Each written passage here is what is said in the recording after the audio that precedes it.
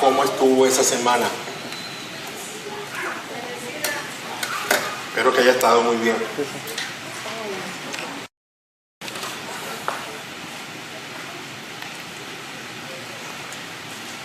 Tenía para hoy un slide diferente, pero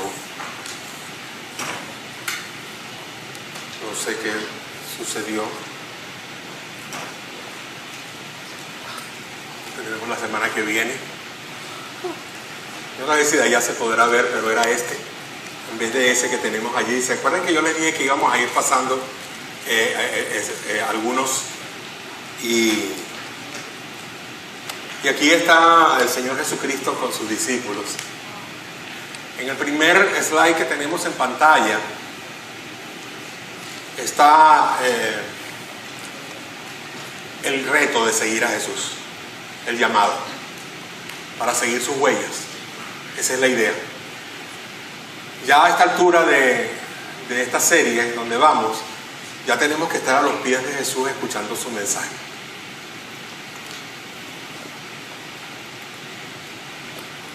Es interesante, y yo lo comparto con mi grupo discipular cada semana, que podamos nosotros sentir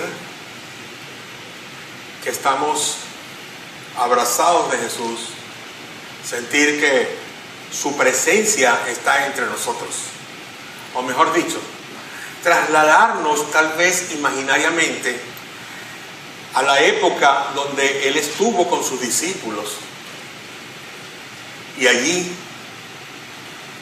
en ese lugar con Jesús, donde nuestros pies descalzos se llenarían del polvo del camino, allí estaríamos presentes con Él. Es parte de la vida discipular. No podemos separar la realidad de que fue Jesús el que inició esto. La semana pasada, cuando Abel compartió con nosotros su interesante mensaje, dijo algo muy importante: que los rabinos de la época y también los filósofos, los sabios de aquel tiempo, cristianos o no, esperaban que los discípulos llegaran a Él y que se inscribieran con Él para seguirle. Y debían estar allí con Él y mantener una relación con Él, pero los discípulos buscaban al Maestro. Y este paradigma se rompe con Jesús. Y es cuando Jesús llama a sus discípulos. Y Jesús está llamando.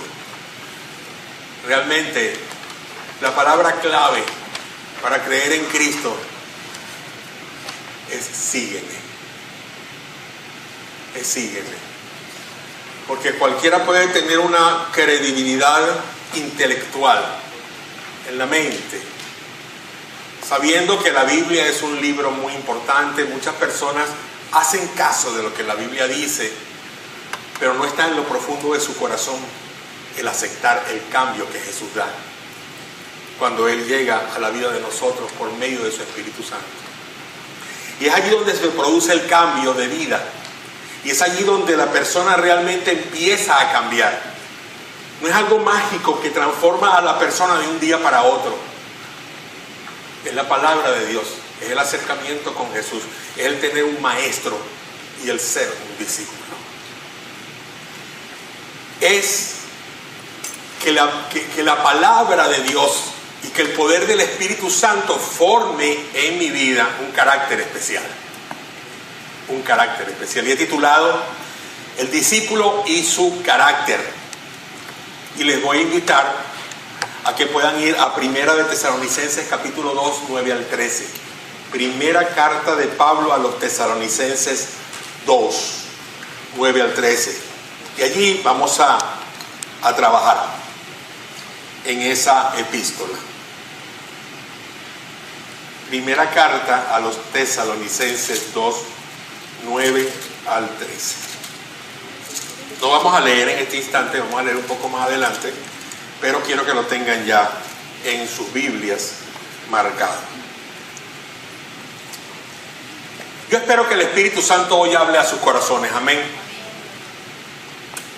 Este tema que nos trae hoy, el discípulo y su carácter, es el quinto de los mensajes de esta serie.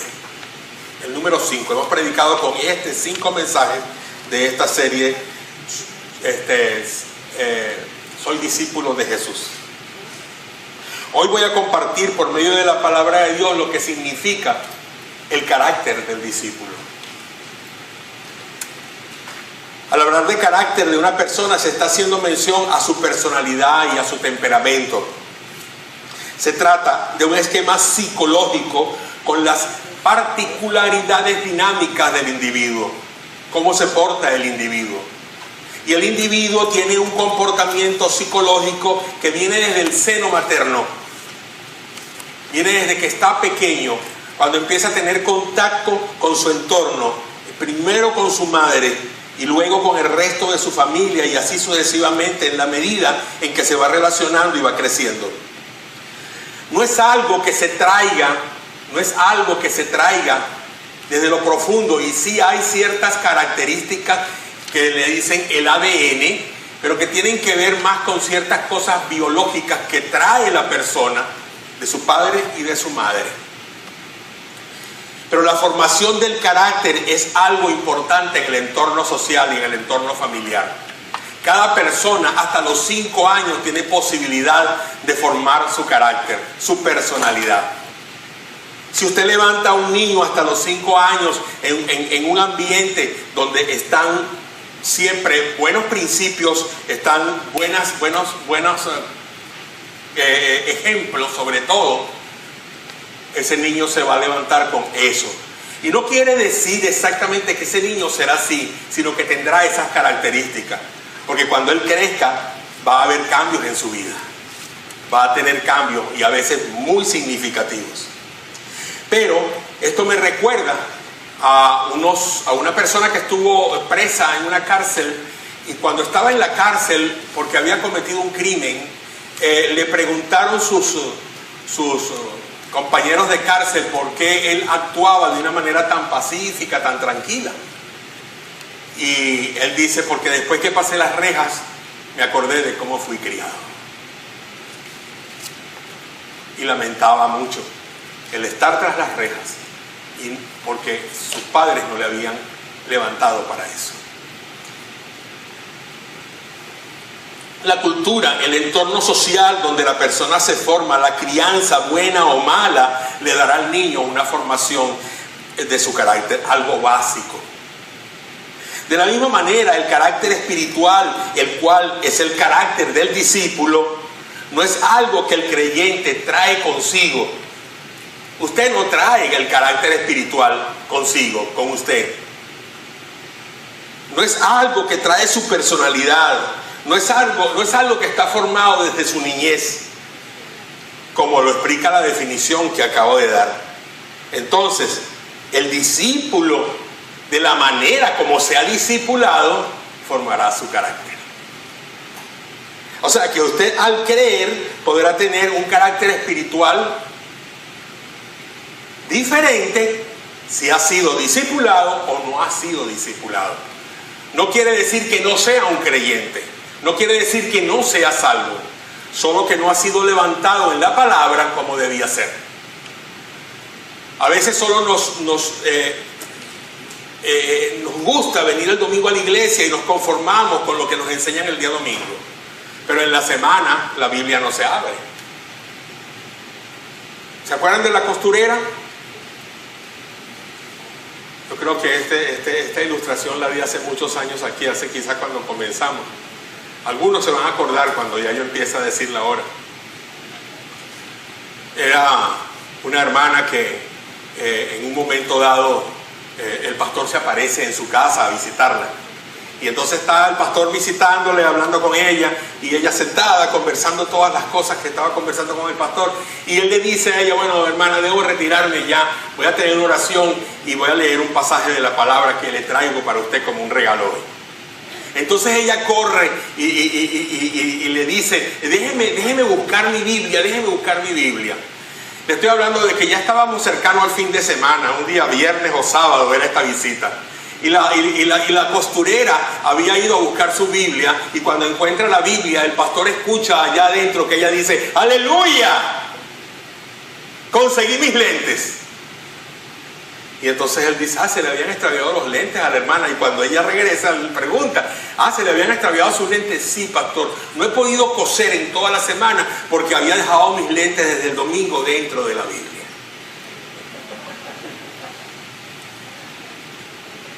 Y eso pasa, hermanos. Quizás no sean los lentes que deje dentro de la Biblia usted, porque si yo los dejara, tendría que buscarlos inmediatamente, porque no voy a ver absolutamente nada. Pero mi mente, mi corazón, mi vida queda fuera de la palabra de Dios cuando yo lo que dejo dentro de la Biblia es el olvido. Y la cierro. Y a veces, cuando llega el domingo y estoy buscando la Biblia, digo: ¿dónde puse yo la Biblia? ¿Has visto mi Biblia, Losdari? ¿Dónde la dejé? No sé. Caramba. La había dejado en el carro desde el domingo pasado. Que eso no suceda realmente. Yo tengo 6, 7 Biblias entre la oficina y la casa. O sea que si no tengo una, tengo otra, y ahí la busco y la encuentro. Pero, hermanos, Pablo, y vamos al tema, Pablo ayudó a formar el carácter espiritual de la iglesia en Tesalónica. Pablo ayudó a los tesalonicenses a elevar su carácter espiritual, a hacerlo.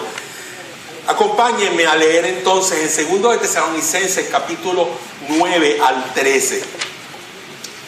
Porque os acordáis, hermanos, de nuestro trabajo y fatiga, como trabajando de noche y de día para no ser gravosos a ninguno de vosotros, os predicamos el Evangelio de Dios. Vosotros sois testigos, y Dios también, de cuán santa, justa e irreprensiblemente nos comportamos con vosotros los creyentes. Así como también sabéis de qué modo, como el Padre a sus hijos exhortamos y consolábamos en cada uno de vosotros. Y os encargábamos que anduvieses como es digno de Dios, que os llamó a su reino y gloria, por lo cual también nosotros sin cesar damos gracias a Dios de que cuando recibisteis la palabra de Dios que oísteis de nosotros, la recibisteis no como palabra de hombre, sino según es en verdad la palabra de Dios, la cual actúa en vosotros los creyentes. Señor eterno, gracias por tu palabra, Señor. Gracias, Padre, porque ella agrega bendición a nuestras vidas. Es viva, es eficaz, es Jesús mismo hablando a nuestros corazones. Habla hoy, Señor, por tu Espíritu Santo, el Paráclitos, aquel que el Señor Jesús dejó para guiarnos hoy.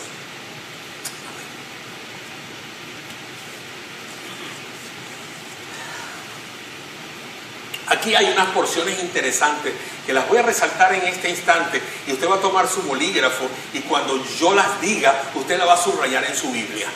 ¿Ok? Algunas personas son bibliólatras, o sea, adoran a la Biblia. A la Biblia no se adora, se adora al Dios de la Biblia. Pero a la Biblia no se adora, así que no se preocupe si la raya, que el Dios que escribió estas palabras se sentirá gozoso de ver que usted le da tanta importancia. En el versículo 10 dice: ustedes son testigos y Dios también. Vosotros sois testigos y Dios también de cuán santa, justa e irreprensiblemente nos hemos comportado con vosotros los creyentes. Subrayen: cuán santa, justa e irreprensiblemente. Dice el versículo 11, ustedes saben además, y aquí en la otra versión que tengo en la mano, en la Reina Valera, así como también sabéis de qué modo, como el Padre a sus hijos, exhortábamos y consolábamos a cada uno de vosotros. Subrayen todo ese versículo.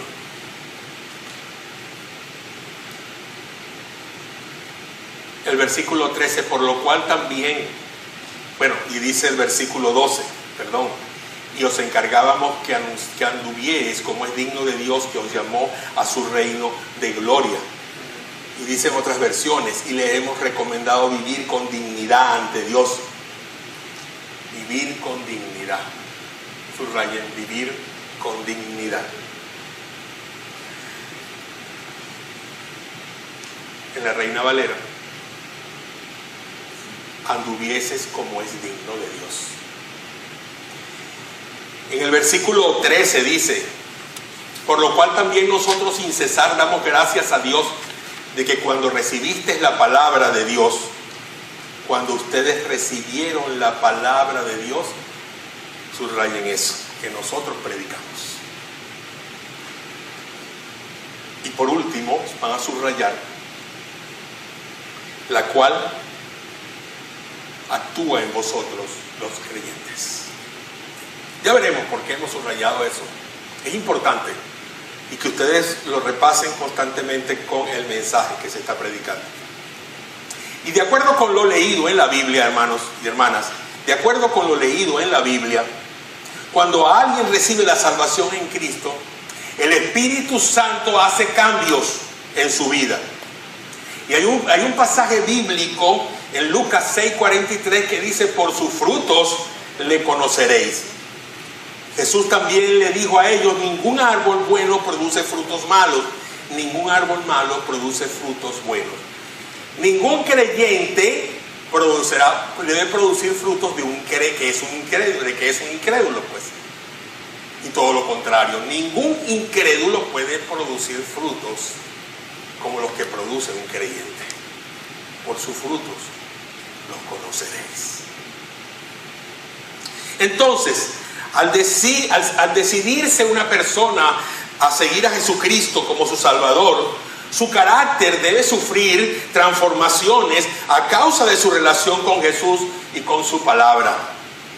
Por esto se produce gracias al esfuerzo del maestro, y aquí no estoy hablando del maestro Jesucristo, estoy hablando del maestro discipulador, del que lo toma usted como su discípulo, y a la constancia y el amor del discípulo, y aquí estoy hablando del discípulo. El discipulador y el discípulo deben mantener una relación donde está la constancia de la enseñanza y la constancia del amor. Lo demás viene después. El resto del cuidado discipular viene, pero eso es básico para poder iniciar un buen discipulado.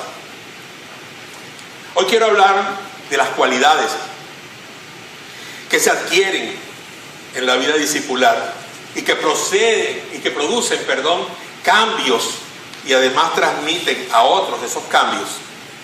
No nacemos con esas condiciones, repito, se forman en el camino. ¿Y cuáles son algunas de ellas? Vamos a referirnos por lo menos a 3. En primer lugar, el sacrificio por enseñar y aprender. En el versículo 9 dice, porque os acordáis, hermanos, de nuestro trabajo y fatiga. De nuestro trabajo y fatiga. Y también ellos están diciendo que ellos simplemente iban a ayudarles, pero ellos tenían que trabajar porque solamente eran como misioneros que llegaban y tenían que sostenerse haciendo las tiendas que Pablo hacía o haciendo cualquier otra cosa. Y ellos no resultaron gravosos para ninguno de ellos, y asimismo, de todas formas, predicaron el Evangelio el tiempo que estuvieron en Tesalónica y en cualquier otro lugar. No es fácil enseñar, hermanos. Si cualquiera piensa y porque le gusta enseñar, no es fácil. No es fácil, hermano. De hecho, los maestros, y aquí algunas personas tal vez tienen esa experiencia, los maestros, no estoy hablando de los maestros de la escuela dominical, ni el maestro que está en un grupo pequeño, estoy hablando del maestro secular, tiene que hacer una carrera universitaria, un bachelor en educación, y luego tiene que hacer una maestría para que le puedan dar trabajo, porque sin maestría no le van a dar trabajo en ningún lugar. Entonces, no es sencillo. Hay que quemar una cantidad de tiempo para poder aprender lo que voy a enseñar. Aún cuando el Señor me ha dado el don para enseñar en la iglesia como un maestro o como un educador. Puedo tener el don, pero si no tengo las herramientas, no estoy haciendo absolutamente nada.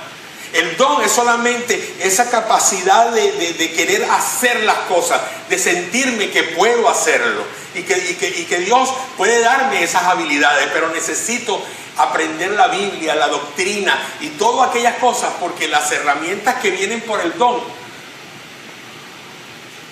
no es todo esto, es solamente el don. Así que hay que aprender, hay que estudiar y hay que seguir estudiando. Un profesor secular pues tiene un aula de clase con un grupo muy diverso de estudiantes, pero diversos en personalidad, su temperamento, su ingenio, su temple, solo en personalidad. Pero todos provienen del curso anterior. Cuando estaban en primero pasaron a segundo, ya tenían lo básico de primero para poder entrar en segundo. Y así sucesivamente, y llegan a la universidad de igual manera. Entonces el profesor de la universidad tiene personas que ya pasaron por el high school. Y a lo mejor ya tienen 1 o 2 semestres de carrera. Entonces el profesor sabe que las personas que tienen allí están capacitadas todas para que él prepare una clase que llegue a todos igualmente. No así en la iglesia. No así en la iglesia. No así el maestro con sus discípulos. Ese no tiene la misma experiencia. Escuchen estos maestros o las personas que sienten el deseo de enseñar en la iglesia. Hay grupos de personas diferentes y sobre todo en iglesias como las nuestras aquí en Estados Unidos, la iglesia hispana. Hay personas que tienen buenos conocimientos bíblicos y hay personas que tienen diversos conocimientos bíblicos. Hay personas que son más maduras que otras personas y que cuando las tenemos en una clase trato de sacar preguntas del que es inmaduro primero y después le pregunto al que es maduro porque sé que me va a dar la respuesta más cercana. Es la idea. Cuando estamos en un grupo discipular como el que el Señor tenía, encontramos gente diferente. Unos eran pescadores, otros trabajaban con los impuestos, otros eran administradores como preparados, como lo era el traidor. Así que tenemos todo tipo de personas. No solamente con un carácter sanguíneo, iracundo, problemático, tranquilo. No, con formación cultural, con formación educativa, diferente. El maestro entonces debe prepararse muy bien para poder llegar al igual. Hay unas iglesias que se componen de personas de muy bajos conocimientos y formación escolar. Hay otras que están integradas por profesionales diversos, comerciantes, técnicos, en fin, mucha gente letrada. Conozco un pastor que antes de entrar en el seminario ya era un profesional a nivel universitario. Ustedes saben muy bien que sobre todo aquí en los Estados Unidos exigen para entrar en un seminario a estudiar que se tenga un nivel universitario antes. Y Dios le llama a pastorear una iglesia. Y a este hombre lo llamó a pastorear una iglesia compuesta por personas universitarias, egresados de la universidad, jóvenes universitarios, profesionales. Una iglesia donde este hombre tenía que preparar sermones que estuvieran a la altura en vocabulario a esas personas. Así que un día este pastor amigo inicia un trabajo misionero en el lugar.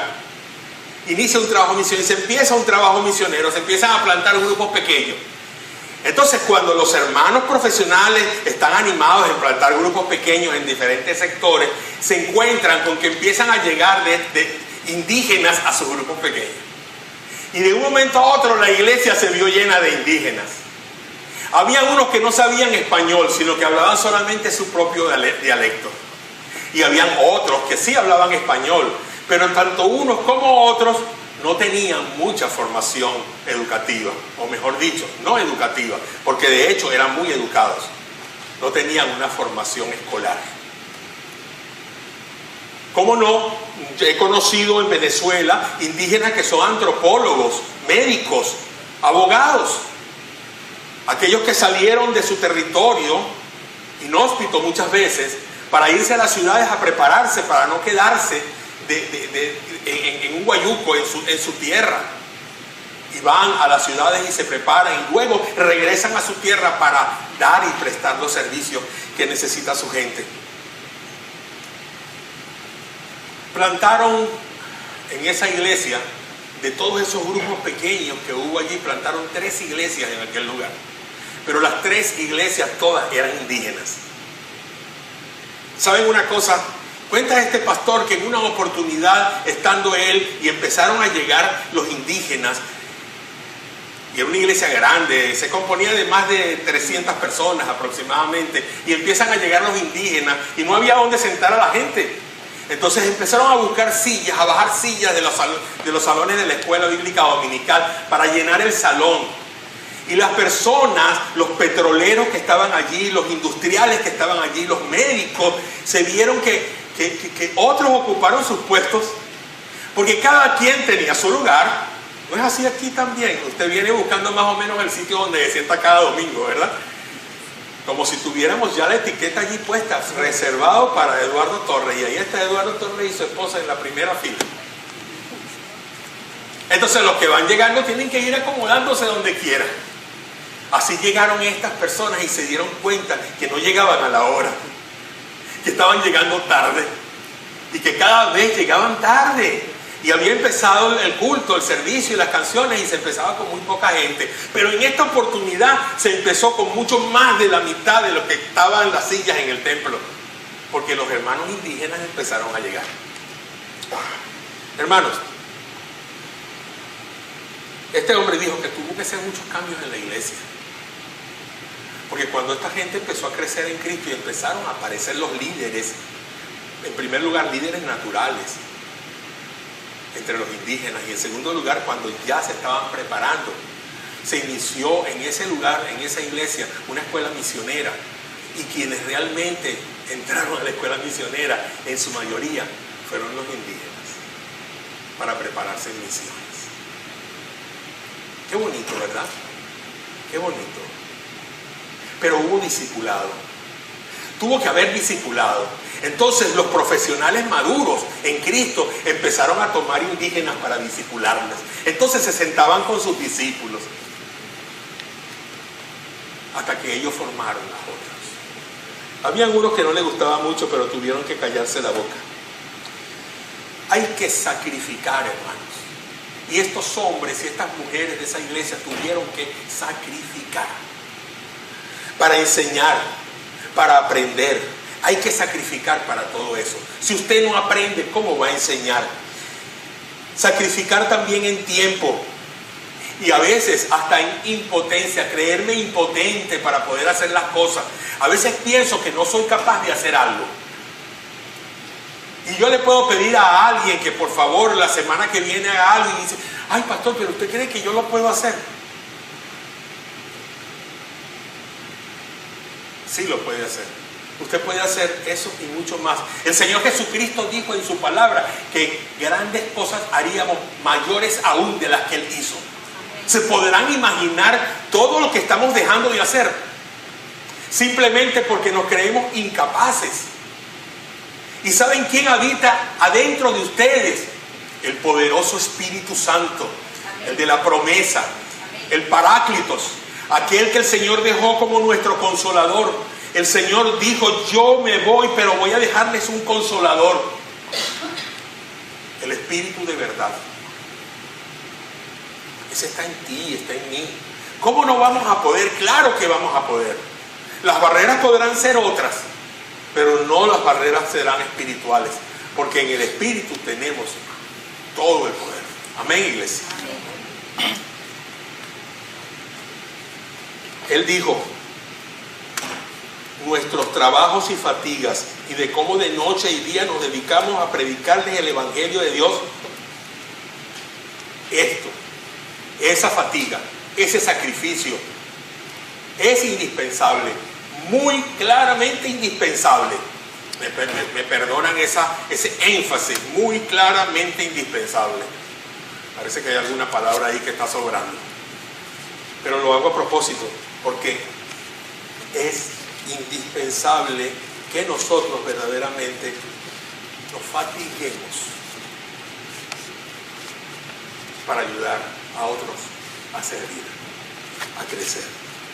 Y es que nos tenemos que fatigar, hermanos, porque cuando usted hace un discípulo y tiene que discipularlo y se va a encontrar en algún lugar, ambos, y usted llegó del trabajo cansado, cansada, deseando, se bañó y comió algo y tiene que salir corriendo porque tiene que encontrarse con su discípulo.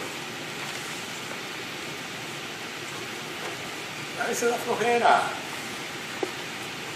A veces uno dice, ay, tan cansado que estoy, tan embotado, hoy leí tanto, hoy escribí tanto, hoy hice tanto esfuerzo, pero debo ir. Pero además de sacrificio, al discípulo de Jesucristo, en segundo lugar, lo caracteriza un buen testimonio. En el versículo 10 dice, vosotros sois testigos, y Dios también, de cuán santa, justa e irreprensiblemente nos comportamos con vosotros los creyentes. Es interesante que en la porción que leímos hace un momento, en el versículo 10, en la otra versión que es de las Américas, dice, ustedes son testigos y Dios también de que nos hemos comportado con ustedes los creyentes de manera santa, justa e intachable. Aquí dice irreprensible, aquí dice intachable. Y cuando yo busco las dos palabras me dan diferentes significados. Una persona irreprensible es aquella a la que no se le va a regañar por nada, pero no quiere decir que esta persona sea perfecta. Pero cuando se habla de algo intachable, parece que estuviéramos hablando de algo que no comete ningún tipo de error, que es perfecto. Y no es así. No es así. Voy a ello. Cuando subtitulé este punto, su buen testimonio, quería escribir más bien su intachable comportamiento. Pero me encontré con eso que les acabo de decir. Un individuo que se caracteriza por un comportamiento intachable es una persona casi perfecta, por así decirlo. Ustedes me dirán, allí Pablo está diciendo, comportando con ustedes los creyentes de manera santa, justa e intachable. O sea, Pablo, el discipulador, se comportó de esa manera. El que fue a enseñar tuvo que comportarse así para que su discípulo comprendiera y entendiera cuál tenía que ser su carácter. Porque si el discipulador no se comporta decentemente como es debido, tal como lo dice aquí, los discípulos van a ser igual o peor tal vez. O se irán porque dicen, yo no estoy buscando esto, estoy buscando otra cosa. Entonces, cuando se habla aquí de esto, yo digo intachable. De cierto, iglesia, ahí dice intachable. Y yo también me di cuenta, pero entonces me fui al hebreo y al griego. Y en general, también busqué el arameo, para ver en aquella época cómo estaban utilizando esta expresión o esta palabra. ¿Ok? Esta palabra se interpreta, tanto en hebreo como en griego, rectamente. En arameo, puro. Griego, hebreo es el Antiguo Testamento, griego es el Nuevo Testamento, pero arameo era el dialecto que hablaban en Jerusalén, que hablaban en Israel, y el Señor Jesucristo hablaba ese dialecto. ¿Cuán puro? Un significado de suprema santidad, o sea, de andar bien en santidad. Eso quiere decir intachable. Así que cuando usted oiga en la Biblia de un comportamiento intachable, sepa que es un comportamiento santo y recto. ¿Te comportas de esa manera? ¿Santa y rectamente? No es perfectamente. No es que tú no te equivocas. No es que tienes que andar dentro de una burbuja de cristal flotando sobre el piso para que no te toque nada. No. Es que tú puedas dar un testimonio a las personas de que tú eres así. Porque tu comportamiento, tu forma de ser, las cosas que haces y dices, tienen que ver con esa expresión. Nunca se podrá estar a la medida de Dios, pero la palabra de Dios dice que seamos imitadores de Él, que seamos imitadores de Jesús. De todas formas, no es tan complicado como parece. Ser un discípulo y ser un discipulador también, pero en este caso el discípulo es sencillo, a pesar de que vemos que en la Biblia hay mucho escrito en cuanto a los requisitos que debe tener, y especialmente los líderes. Y cuando hablo de líderes estoy hablando de los maestros. El Espíritu Santo hace entender la palabra, hermanos. La vida, las expresiones juntos y todo lo que vamos a vivir, usted y yo como maestro y discípulo, se va a volver cotidiano. Cotidiano. No tengan temor, porque va a ser algo que no va a expirar. Mi experiencia con mis discípulos es muy importante, es muy tremenda, porque como soy una persona que se enferma y a veces estoy enfermo en casa y les digo, hoy no puedo salir, no puedo estar con ustedes, vamos a esperar la semana que viene. ¿Y cuál es mi sorpresa? Que todos se reunieron a pesar de que yo no estaba. Y fueron a orar juntos, a revisar la palabra de Dios, a compartir. Y lo más hermoso de todo es saber de que hay producto, de que no solamente se está quedando eso como un conocimiento en los corazones y en las mentes de ellos, sino que ellos ya se están reproduciendo, sino que ellos ya están vaciando lo que están aprendiendo en otras personas. Y esa es la idea. Pensemos, ¿qué es lo que nos está estorbando? ¿Qué te estorba, hermano? ¿Cuál es el lastre que tienes? ¿Cuáles son las barreras que te impiden hacer esto? En primer lugar, tener un buen testimonio y ser intachable, pero sobre todo tener un discípulo o ser discípulo de alguien. Es interesante. Al fin, quien nos ve, quien nos calibra, quien nos evalúa, está buscando mucha gente. Déjate usar por Él, para que encuentres a aquellas personas que Él va a poner en tu camino y tú vas a empezar a hacer el trabajo y va a ser una preciosa experiencia. Además de sacrificio, al discípulo de Jesucristo lo caracteriza el buen testimonio, su santidad y su justicia. Y por último, en tercer lugar, lo caracteriza su celo y su amor. Su celo y su amor por su maestro y el resto de los discípulos. Ahora hablamos del discípulo en sí, porque el maestro debe amar a sus discípulos, porque es algo aprendido, porque el maestro fue discípulo en una oportunidad. Cuando yo conocí a Jesús hace más de 40 años, yo tuve un discipulador que era Matteo Tarona. Él era un italiano, es pastor ahora en Italia, y él estudiaba en el seminario en Venezuela, pero yo estaba recién, había recién creído en el Señor. Y el pastor me dijo, usted va a ir con Matteo Tarona. Entonces él fue el que me asignó mi maestro. Yo no lo busqué, él me lo asignó. Entonces Mateo se encargó de discipularme. Pero no era una clase de discipulado, teníamos que encontrarnos en la semana en algún lugar, en su casa, en la mía, en el seminario donde él estudiaba, en cualquier lugar, para que él me formara, me discipulara. Y entonces yo veía que él se sacrificaba, que él dejaba de hacer las cosas cuando yo llegaba. Y cuando yo estaba enfermo, cuando yo tenía problemas de salud, cuando yo tenía problemas personales, él estaba allí conmigo. Me expresaba su amor de esa manera. Entonces aprendí yo también a expresarle a él, a tener amor y celo hacia él. Y lo quise mucho, lo quiero mucho todavía. En el versículo 7, Pablo usa el testimonio. La palabra en su testimonio usa la palabra nodriza, el término nodriza, para referirse a una relación de cuidado tierno. Una nodriza es una nana, va mucho más allá que una babysitter, ¿ok? Es una nana, es la persona que está desde chiquitico con el otro, lo cría, lo levanta como si fuera su mamá. ¿ok?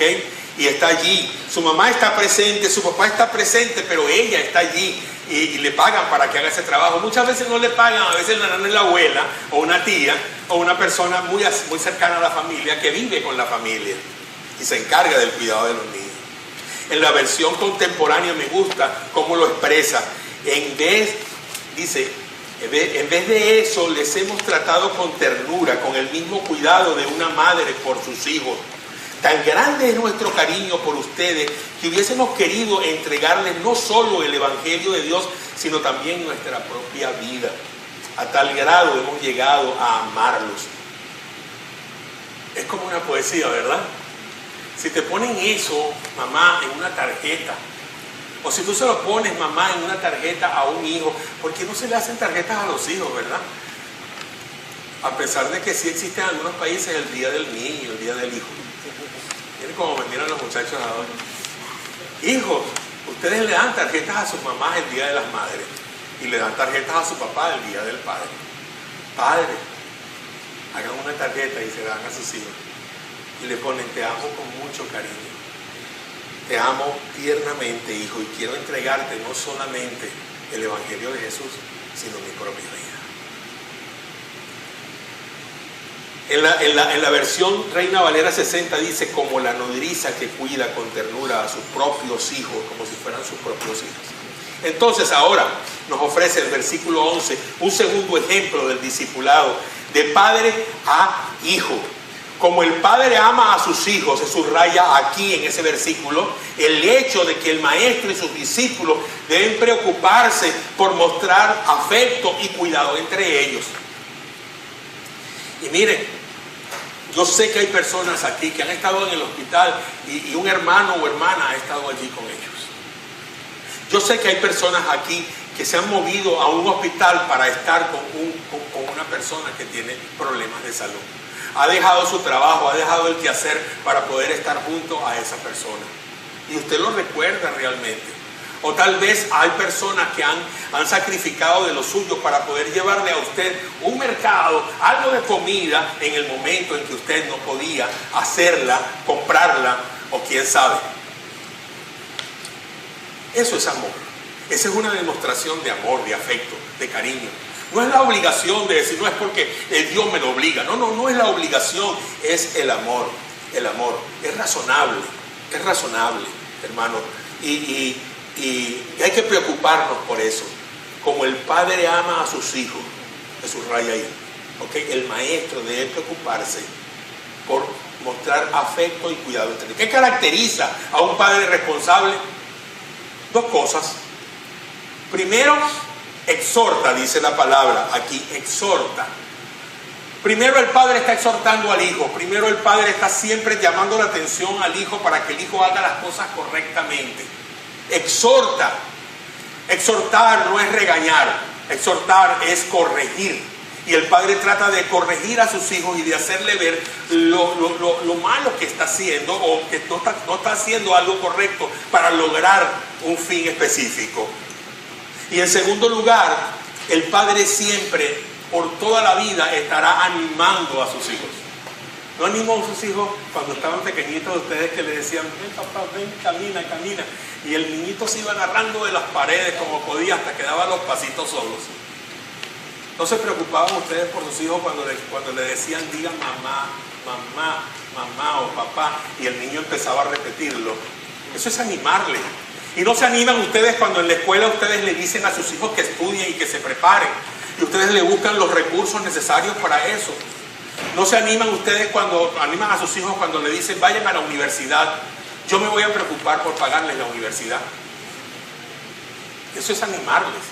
Y hay muchas cosas con las que podemos animar a nuestros hijos. A nuestros hijos. La relación del maestro y del discípulo no es por una temporada ni por una experiencia específica, es por toda la vida. En las experiencias buenas, en las experiencias malas, en las experiencias tristes y en las experiencias felices. Deben conocerse lo suficiente como para ministrarse en sus necesidades individuales. Amada iglesia, observando un poco la experiencia de los tesalonicenses con Pablo y otros líderes que le acompañaron en ese momento a formar en cada individuo de esa iglesia un carácter discipular, Ellos pudieron testificar que Pablo y sus colaboradores de verdad brillaban en sus vidas por ciertas cosas importantes que estaban dejando como ejemplo. Y así le decían a sus discípulos: qué bueno que ustedes también han seguido el ejemplo. Así que queremos ser también nosotros encontrados fieles en todo esto. Y que tanto tú como yo, podamos ser maestros y discípulos buenos. Y que hoy mismo ustedes puedan hacerlo. Y ustedes puedan hacerlo. Ahora, en un momento, luego de los anuncios, yo les voy a entregar una tarjeta como esta que tengo acá. La tarjeta dice: nosotros, supongamos, Eduardo y Luz Dari, pero no se valen matrimonios, no se valen hermanitos, ¿ok? Porque es muy fácil quedarse en la casa para discipular al otro y nunca lo hacen. Nosotros, Perico de los Palotes y Redurgaya no sé qué cosa, nos comprometemos ante Dios a practicar el evangelio, el discipulado el uno al otro, a orar juntos el uno por el otro, a estudiar la Biblia o algún libro doctrinalmente bíblico juntos cada semana, solos todos los días, o sea, juntos cada semana y solos todos los días. Y hay recomendaciones para esto: tener compañerismo, comer juntos, tomar un café, un refresco, ahí en Starbucks, donde sea, llamarnos por teléfono y enviarnos textos cada vez que podamos para animarnos y fomentar la unidad y el amor en el seno de nuestra iglesia. Eso es sencillo, hermano, no se le está exigiendo nada. Ustedes ya a lo mejor lo están practicando, solamente que necesitan tener a alguien con quien hacerlo todo el tiempo. Así que ustedes van a recibir una tarjeta de esta. Y esta tarjeta ustedes hoy mismo van a orar y van a ver quién puede ser su discípulo. Que sea alguien diferente al que ustedes ven constantemente, por favor. Que no sea de su grupo discipular, que sea de otro grupo, de otro grupo pequeño. ¿Y por qué quiero que así? En este momento los dos van a estar iguales. Ninguno va a ser un maestro y el otro un discipulador. Los dos van a ser iguales, maestro y discipulador a la vez, para empezar a practicar. Y así luego salir a buscar a otros para ganarlos para Cristo. Lo que quiero es que la iglesia practique esto entre ustedes mismos, porque así es como empezamos todos. Búsquese un discípulo entre la iglesia, o búsquese un maestro usted entre la iglesia y dígale: yo quiero ser tu discípulo. O ¿qué tal si nos unimos los dos para aprender a discipular? Y llenan su tarjeta y luego podemos hablar. Hay muchos medios para fomentar el carácter de los individuos. En la Biblia hay evidencias de personas que se interesaron más por el reino de Dios que por lo que el Señor podría darles a ellos. Es relevante, hermanos, encarnar ideas concretas que nos lleven a obtener un carácter cristiano integral para ser un factor de cambio y así afectar las comunidades enteras con el mensaje de la cruz. Pero para esto hay que tener valor, mucha humildad, ser sabio, íntegro y una vida santa. Nuestros conceptos, como los de los grandes hombres de la historia, no tienen poder si la palabra de Dios no les da sentido. Hay que escuchar el corazón de la gente, hay que analizar sus problemas y cuando querramos proceder para ayudarle, entonces oigamos a Dios. No procedas nunca bajo tu propia opinión. No quites tu atención de esos corazones. Ellos valen mucho más para Jesús de lo que tú te imaginas. Tus ideas valen mucho, pero es Dios quien tiene el plan. Es Él el único que tiene la acción. Deja que Él te guíe y deja que Él moldee en su espíritu tu vida y la vida de tu discípulo y verás grandes cosas, grandes resultados como un discípulo de Jesucristo que será siempre. Iglesia, comiencen hoy. Los animo que comiencen hoy. Les tengo esa tarjeta y quiero que durante los anuncios se las voy a entregar y les voy a explicar cómo lo vamos a usar. Pongámonos de pie, por favor.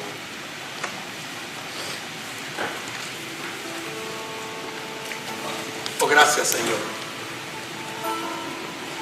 No solo por tu palabra predicada, sino por el ejemplo de esos hombres que la escribieron. Hoy la tenemos para fomentar en nuestras vidas cosas buenas, maravillosas que tú quieres en tu propio plan para nosotros. Sigan orando, hermanos. Yo no estoy seguro de que todos aquí verdaderamente hayan invitado a Jesucristo a entrar en sus vidas. No estoy seguro. Pero si alguno de ustedes todavía no ha dado ese paso de fe, yo quiero animarles a hacerlo. a ser un discípulo de Jesús primero, a decirle a Jesucristo: Señor Jesús, perdona mis pecados. Hoy vengo a ti y te abro mi corazón para que tú, Señor Jesús, hagas conmigo lo que tú creas conveniente. Hoy creo, Señor, en esa cruz, pero creo más en esa sangre que se derramó en esa cruz, y creo más en ese cuerpo que fue crucificado en esa cruz, y creo en ti, Señor Jesús. Y creyendo en ti, Señor Jesús, hoy vengo a ti para que cambies mi vida. Cambia mi vida, Señor, por favor. ¿Quieres decirle eso al Señor?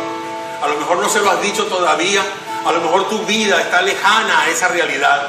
Yo quiero invitarte. Yo quiero invitarte. Habla con nosotros. Ahora cuando yo baje, pasa aquí conmigo. Mientras los músicos tocan y el pueblo canta, tú y yo podemos hablar. Quiero animarte. Quiero decirte que la vida en Cristo te guarda grandes bendiciones. Grandes bendiciones. Habrán problemas, sí, habrán problemas, pero habrán grandes bendiciones para ti. Sobre todo tu salvación y tu seguridad de que estarás por la eternidad con Jesús. Muchas gracias, Señor Jesús. Toca los corazones en el nombre de Jesús. Amén y amén.